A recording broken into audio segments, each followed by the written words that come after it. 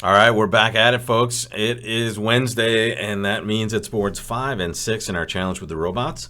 We're playing a special challenge this week. If you're joining us for the first time, we are not playing in a best hand challenge. As you can see, we have a 9 count here.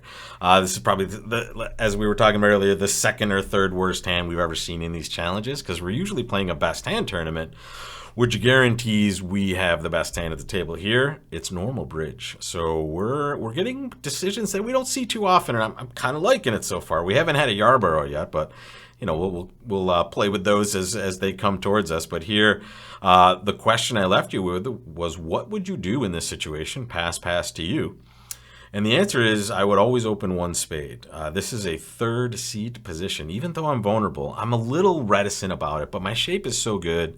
I do have 9 points. I want to get in there because I am making it more difficult, at least, for my left-hand opponent to handle this. And I should know my left-hand opponent has some sort of reasonable hand, or rates to, because of the 2 passes that are here before me, right? So in this spot, I want to get in here mainly just to interfere with my opponent's situation, right? So here I'm going to bid a spade, and I'm going to know, and just think about it yourself, folks. Are you more comfortable when the opponents are silent or when they have interfered with your auction in some way? And I would say, I can't say all of you, but I would say like 99% of you are more comfortable when we're not bidding. So let's get in there. Let's inject some of our insanity here. And this is insurance. Beautiful. I love it. This is Drury, folks. This is the insurance for these sorts of bags of garbage that we open. Our partner is saying, hey, I like that spade bid you just made. And normally, I would make some sort of invitational bid with my hand. This shows 3-card or longer spade support, and it should be like, I would say for the robots, it's probably like 9 to 11. Usually it's like a very good 8 to about a bad 11 is what we would expect Drury to be, but it's always a raise of spades. And here we get to bid 2 spades, which should be, hey, I don't have a full opener. In fact, I opened light, so don't go any further. And this just keeps us at a relatively low level when we've opened somewhat light, and here we're very happy to be at the 2 level with these hands. Take a quick look, folks. We'll make some plans, and we'll make our plays. This is an interesting hand. I have a couple of things right off the top of my head that I want to get involved in, and the main one is I want to start playing hearts as quickly as I can. And I might get a benefit to this that's kind of a side benefit. When I play, when I start to play hearts, I might get them to draw trump for me, and I'd be happy to let them lead trump with this really bag of garbage suit that I'm looking at here. But at this point, that's my first goal here. So I'm going to win this ace of diamonds. I'm hoping the 10, they would lead the queen from queen jack here, and I'm just going to play like a high heart and to the jack. Ooh, that's nice. Now we'll see what they do. All right, they lead another diamond. We're happy with that. And now we're going to clear out hearts. And we're going to ruff a heart. And I'm going to ruff just high enough here. All right, not too bad. Now the question is, what do we do? Well, I don't know. We could have made a decision to take a club finesse earlier and try to pitch another one, but that seems like pretty high risk. So at this point, I'm just going to play ace of clubs. And I'm going to play a low club, and I'm going to ruff that. And now I'm just going to try to sneak a heart in and hope they have to ruff super high. All right, so here, I just got to score that. Very nice. Now comes the point where I can just draw some trump, right? So I'm just going to play low, whatever. Let's play that queen. Let's see what happens here. They cash a diamond.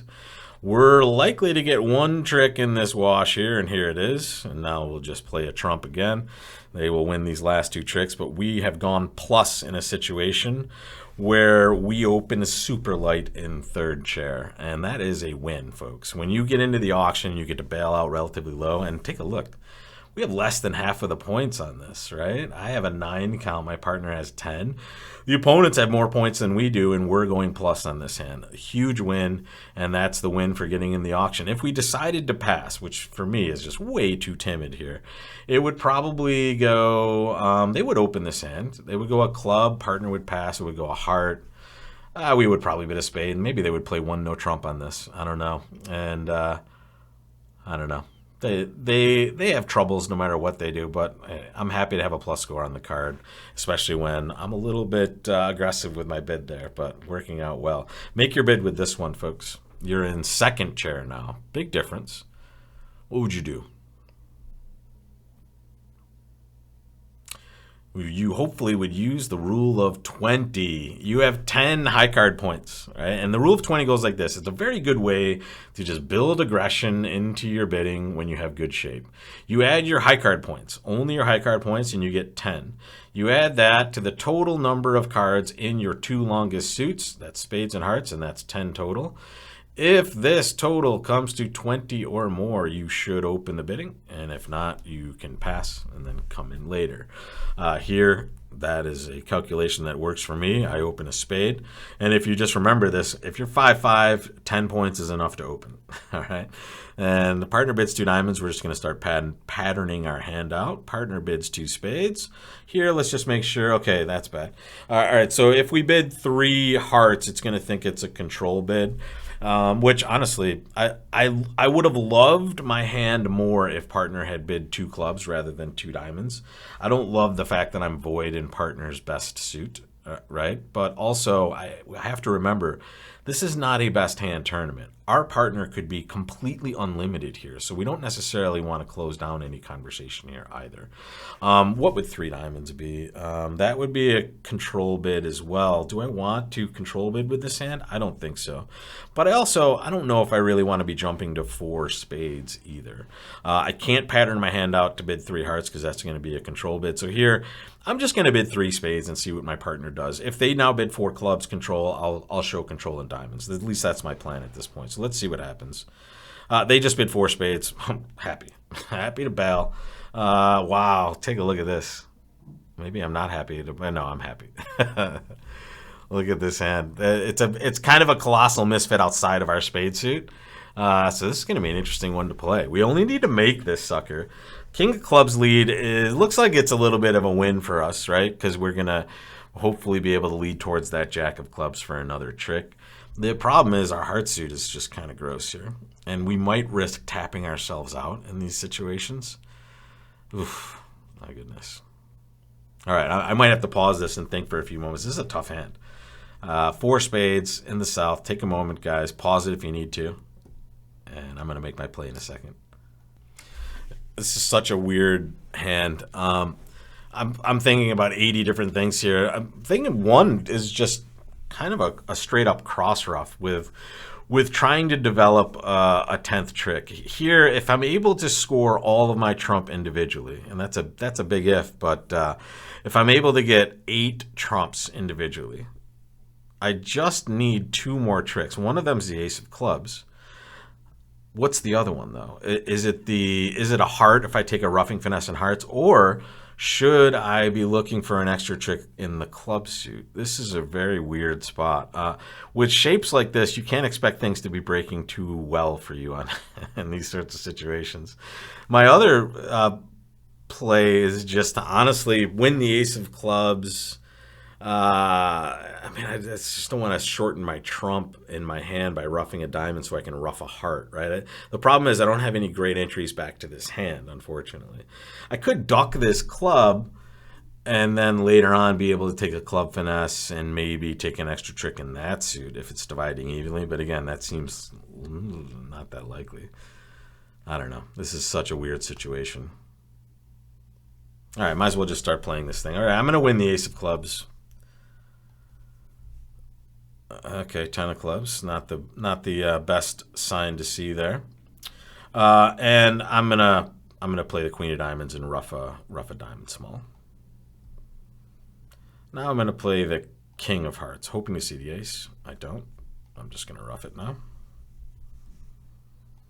I'm gonna play a low diamond. Hope I get to rough it low. Okay. And now here's the problem. I just only have 9 tricks from this point.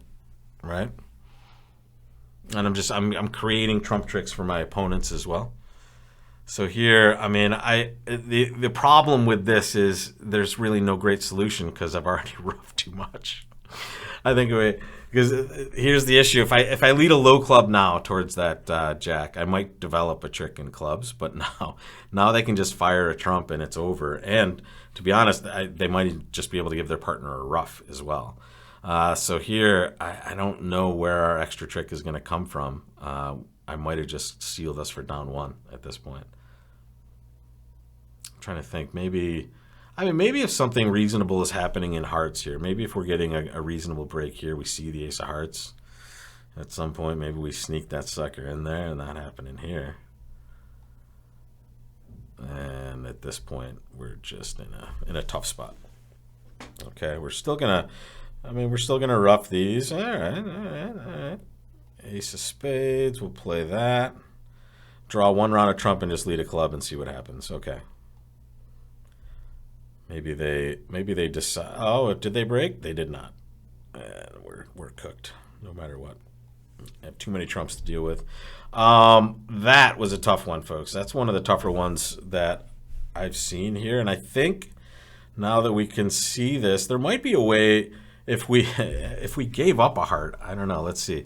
This is a quick cursory glance here. If we just play king of hearts and give up a heart to the ace early, we may have a chance to still execute this. I don't know. Let's see what double dummy says over here.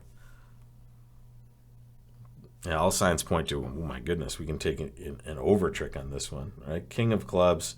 See, that's the play that was tempting initially, right? Just to duck this, and now you just have an entry and a free finesse at that point. But I should still be able to get home from here. I just needed to get the position right in hearts, right? King of hearts, low heart. Here I can still rough it, and now a diamond. Yeah, we're still good here. And now it needed to be heart, rough. And here. Now came the time where I needed to draw some trump. All right. If I just play the king of spades here, right, I do just a little bit better because now I can just draw trump and exit a club. All right. Now I'm doing pretty well, actually. What do? Right? They've already jettisoned the ace of diamonds, so they could take a diamond and a heart and a club, right? And that's probably the best they can do at that point. I can just keep firing cards and taking winners at this point, if I guess the hearts correctly, that is. So interesting deal there. Didn't get it right. I mean, I hope the robot didn't get it right. I know the robot will open this hand, though. Or at least I'm very confident they will. But even if they don't, they'll find their way to four spades somehow. And, the robots play pretty well, so I have to expect that is going to be a little bit of a loss there. So we'll see if we can make that up in these next four boards, folks. Interesting hands. Let's see what we're starting off with tomorrow. And again, I'm liking this format. I like the idea of playing real bridge rather than just kind of manufactured best hand bridge. And we haven't been that far left out of the deals too often. We've had hands on, obviously you can see, as North-South, we've been playing most of these deals, right? So here, starting off with this nice one tomorrow. Join me then and see how we end up.